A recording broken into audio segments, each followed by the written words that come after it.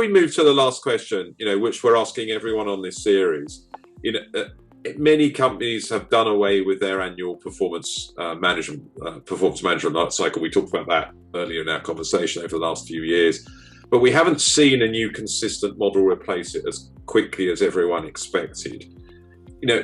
Probably summarizing some of the things that you've mentioned in our conversation so far, how do you think companies should approach performance management in the future? Yeah, I think that there's been a lot of quest to go find the perfect performance development model.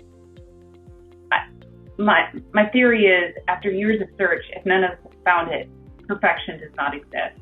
And I don't think it's going to be uniform across all businesses.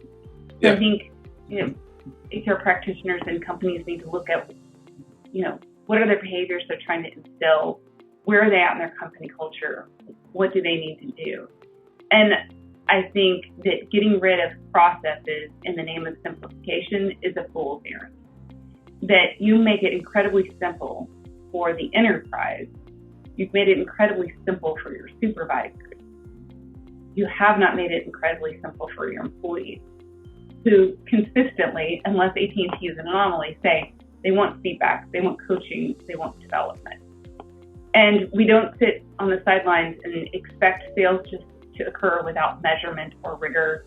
We don't expect the employee experience to improve without measure. We don't expect the customer experience to improve without measure. Performance will not improve without measure.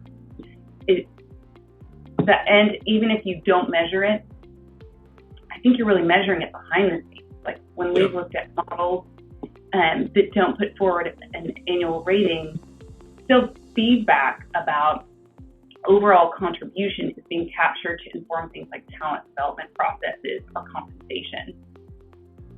You're capturing it, but you're not being transparent. I don't know if it's the right answer, and I know it's certainly not the right answer for us.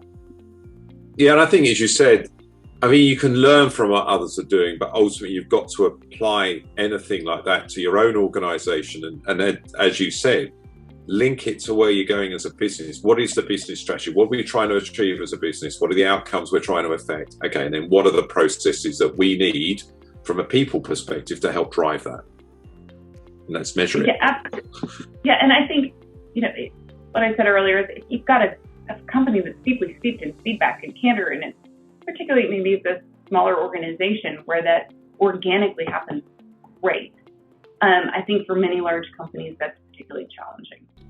In this series, we will be speaking to a range of senior leaders who are pushing a data-driven and digital HR agenda. Make sure that you subscribe via your podcast app of choice and also via our YouTube channel for free and regular interviews with the digital HR leaders of the future.